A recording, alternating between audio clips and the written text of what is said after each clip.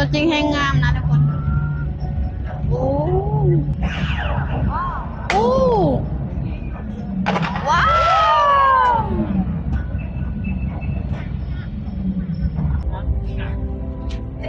เที่ยวคือเขาเตือนอ่ะ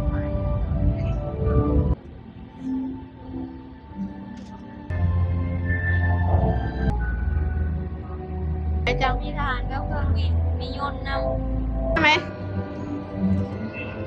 แม่นสบายดีพี่เอฟซีทั้งฝั่งไทยแล้วก็ฝั่งลาวนะคะ ตอนนี้น้องขวัญอยู่ที่สะพานพุทธพระปกเกล้านะคะโดนมาดูโดนวันสุดท้ายนะคะทุกคนเห็นเขาบอกว่าจะจัดแบบพิเศษนะคะ ตอนนี้กำลังรอโดนกำลังจะขึ้นนะคะทุกคนนี่บรรยากาศอยู่ที่สถานพุทธคนเยอะมาก ไปกับแม่เพ็บอยู่บ้านพูด จะให้ดูรอบๆว้าวข้างหลังเต็มเลยทุกคน ไม่มีที่เดินแล้วก็ไม่มีที่ยืนเลย เยอะมากๆเดี๋ยวรออีกสักพักหนึ่งนะคะทุกคนก็จะมีโดดขึ้น วันนี้มันบังอันนี้แล้วเธอเนาะ ได้บินข้างบน บินอยู่ข้างบน ว้าวทุกคน ขึ้นมาแล้วสวยงามมาก โอ้โห พิเศษจริงๆ รอเกือบหลับ เจ้าสี่50เนาะมาไว้50 ว้าวว้าวสวยจังเลย โอ้โห ว้าวงามไปเลยทางอันนี้เนาะ สวยมาก เสียงเพลงกับแบบอะไรเนาะเพลงเนาะ อืม โอ้ยมันเห็นมันไก่เลยเนาะ ไก่พด ไก่บ้านเหลือง ว้าว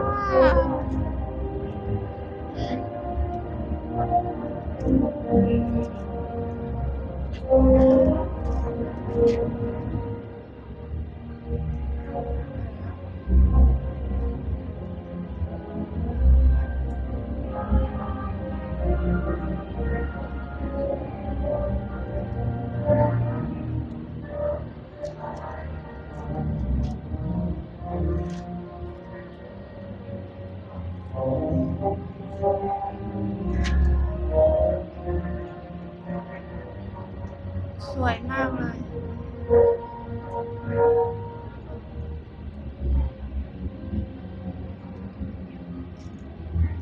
เสียงโดดบอก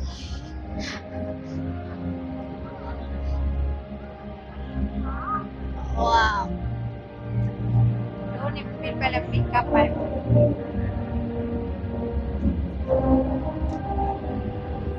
สวยมากเลยทุกคน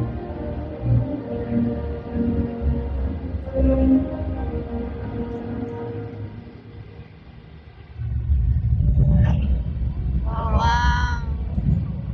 พวกมันนี่เปลี่ยนเนาะเปลี่ยนแบบเนาะ โอ้ ว้าว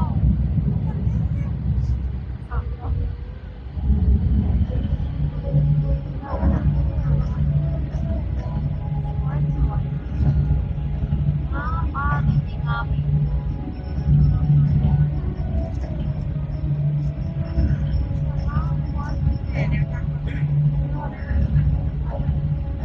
สวยหลีงามเลยทุกคน เบิ่งตัวจริงให้งามนะทุกคน โอ้ว้าว นี่แล้วว่าพิเศษ โอ้คนไทยกันสีมือแบบสุดยอดเลยทุกคน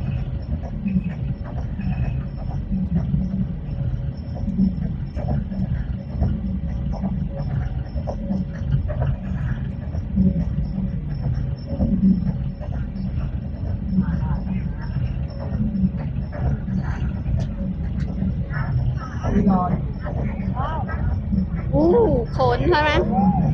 ว้าว สวยจัง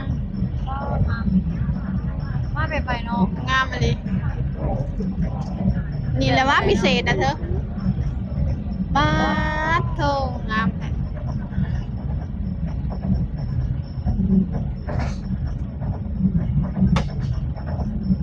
แง้นจนเจ็บกันคออยู่ไกลผล พอนี่เนาะ เขาอยู่ใกล้ผล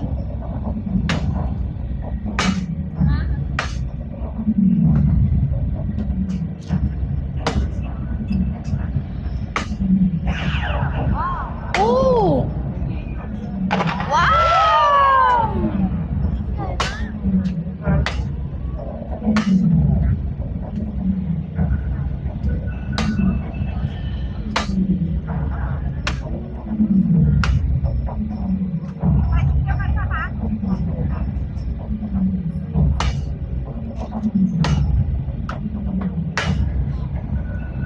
ว้าวอู้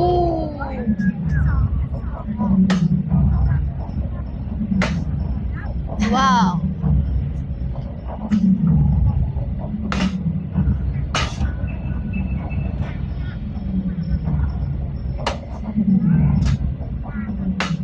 ออกมากันแล้ว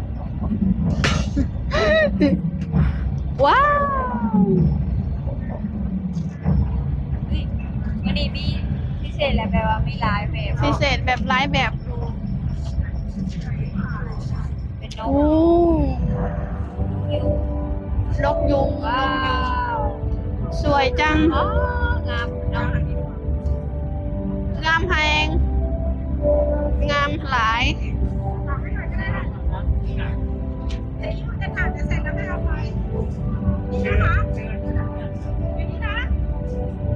งามหลายทุกคนมาไพ่บมาถือว่าผ่านไพ่บมาถือว่าผ่านนะคะ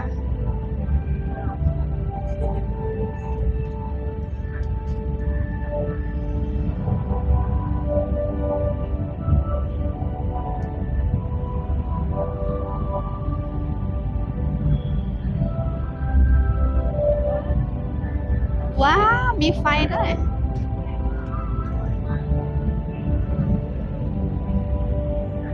ยิงงามไปเลยเนาะ เออ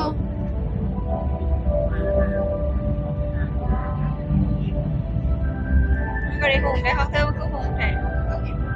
เพราะฉะนั้นบริหุงนะ นี่นะนี่กล้องฉันนี่นะมันจะเป็นดำ เพราะฉะนั้นมันบริหุงเคี้ยวคือเขาเติมนะมันขาวของฉันอ่ะ ๆโอ้ย สวยอ่ะ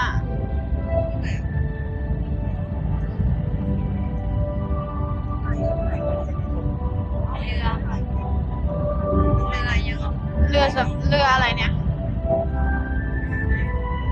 ไม่รู้เรืออะไร เรือสยามโค้งเนี่ยเรือสะพาน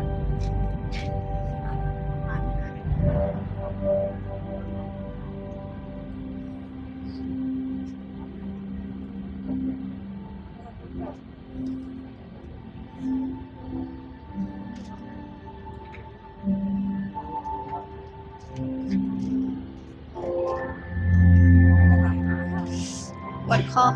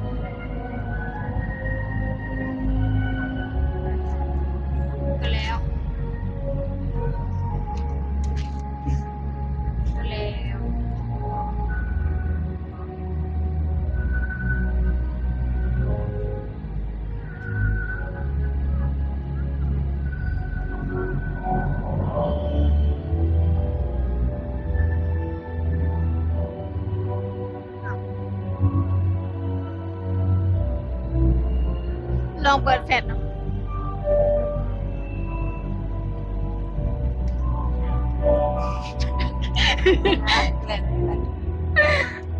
อุ๊ยเปิดแฟลชมันเปลืองไฟ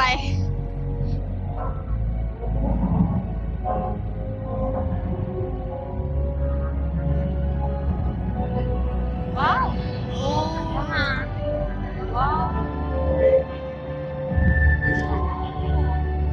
ว้าวทุกคน สวยจัง มีทหารกับเครื่องบินมียนต์น ทหารกับยนต์ปลาแน่ว้าว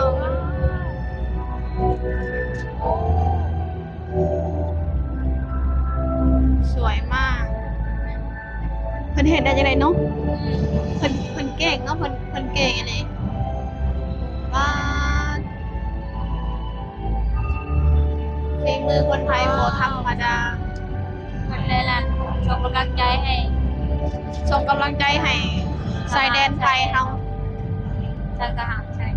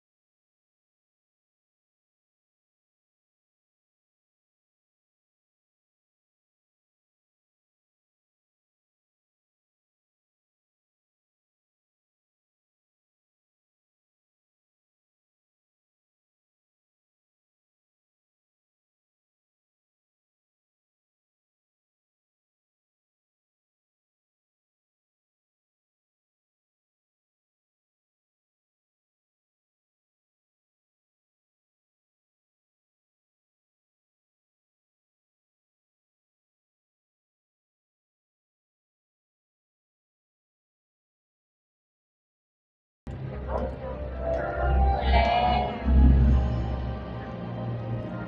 ว้าว